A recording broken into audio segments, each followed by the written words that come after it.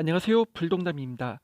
이번에 소개해드릴 책은 비타 악티바 시리즈의 8번째인 노동 가치입니다.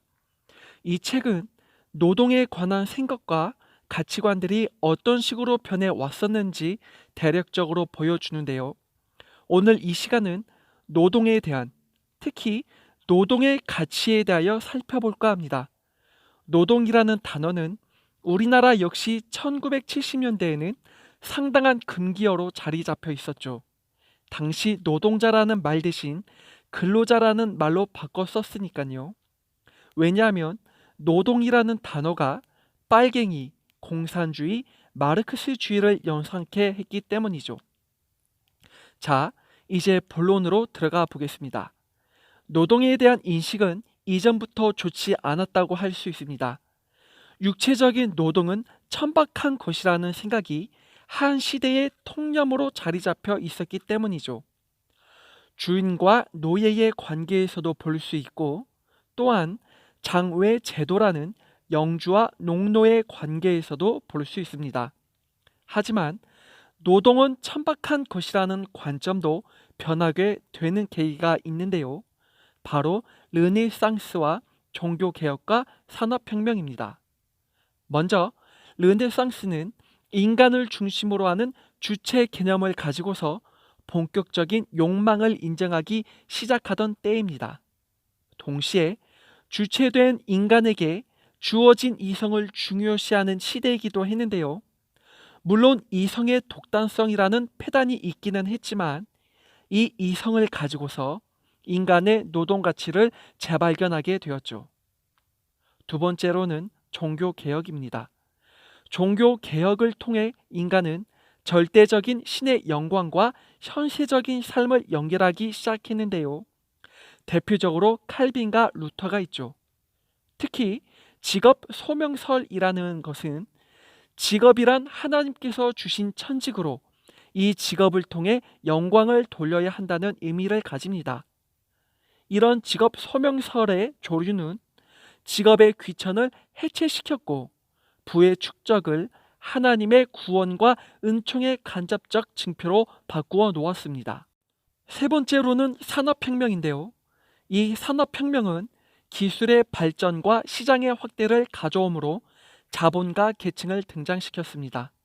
또한 인클로저 운동으로 밀려났던 수많은 무산자 계급들이 임금을 받는 도시의 노동자로 변하게 되었는데요. 이들은 새롭게 도래하는 자본주의에서 생산 활동을 하는 주체가 됩니다. 우리는 지금까지 노동에 대한 인식의 변화를 간략히 살펴보았는데요. 노동은 천박한 것이다 라는 당대의 인식이 대대적으로 해체가 된 것을 볼 수 있습니다. 이제 인간은 신분제를 뛰어넘어 원자 같은 요소로 개인적이며 이기적인 욕망을 추구할 수 있게 되었습니다. 하지만 여기서 직면한 문제가 생기게 됩니다. 신분제를 벗어나 각 개인이 이기적 욕망을 추구하게 되면서 홉스가 주장하는 만인에 대한 만인의 투쟁으로 사회 공동체가 무너지는 것입니다. 뿐만 아니라 노동으로 얻은 부를 어떻게 하면 정당화시킬 수 있는지의 문제였습니다. 왜냐하면 부를 축적하는 것은 기존 사회의 인식상으로는 죄악이었기 때문입니다. 다시 말해 노동에 대한 인식은 바뀌었다 해도 노동을 통한 소유권을 어떻게 정당화시키는지가 문제였죠. 이때 해결책을 내놓은 인물이 있습니다. 바로 존 로크입니다. 그는 천부 인권을 주장했던 사람인데요. 천부 인권이란 하늘이 인간에게 준 권리를 말하는 것으로 로크는 천부 인권을 가진 인간이 행해지는 노동에 대한 소유권을 정당화시킵니다. 자, 여기까지의 내용을 잠시 정리해 보겠습니다. 본래 노동이란 노예들이나 하는 천박한 행위였습니다. 하지만 르네상스, 종교개혁, 산업혁명을 거치면서 노동의 귀천이 사라지게 되었고 노동을 통한 이윤을 두고 노동은 가치를 생산한다라는 인식의 전환을 맞게 되었죠. 뿐만 아니라 존 로크와 같은 인물이 등장은 노동을 통한 소유권을 정당화시키기에 이릅니다. 하지만 로크의 한계는 부르주아적 관점에서 소유권을 어떻게 하면 정당화시킬 수 있는지에 대한 존재론적 관점에서 벗어나지 못했는데요. 정작 정치 경제학적 관점에서의 노동 가치는 언급하지 못한 것이죠. 다시 말하자면 노동과 상품 가치의 상호 관계를 설명하지 못했다는 점인데요. 이 부분에 관해서는 윌리엄 패티라는 인물을 빼놓을 수 없겠네요. 윌리엄 패티의 말에 따르면 서로 이질적인 물건을 교환할 때 가능케 하는 공통적인 척도란 노동 시간이라고 주장하는데요. 무슨 말이냐면 예를 들어 쌀 한 가마를 은 하나와 바꾼다는 말은 쌀 한 가마를 만드는 데 들어가는 노동 시간과 은 하나를 만들기 위해 광산에서 일하는 노동 시간이 같다는 의미를 말합니다. 즉 상품 가치의 척도는 생산하는 데 투여된 시간이라는 거죠. 윌리엄 패티와 똑같이 주장한 한 사람이 있습니다. 바로 노동은 이윤과 부축적의 원천이라고 주장한 애덤 스미스이죠. 애덤 스미스도 가치의 척도를 투하된 노동력이라고 초기에는 주장을 했습니다. 하지만 어디까지나 이러한 노동 가치로는 자본주의의 전 단계일 뿐 자본주의 안에서는 성립할 수 없다고 말을 했는데요. 이 말은 자본주의 안에서의 상품 가치는 자본과의 이윤, 지대, 임금을 포함시켜야 한다는 말이었죠. 애덤 스미스는 이같이 노동 가치론을 포기하고 앞서 언급한 합성 이론을 주장하게 됩니다. 그도 그럴 것이 애덤 스미스가 보기에는 시장에서 결정되는 상품의 가치는 노동 시간에 비례하지 않는다는 것이었습니다.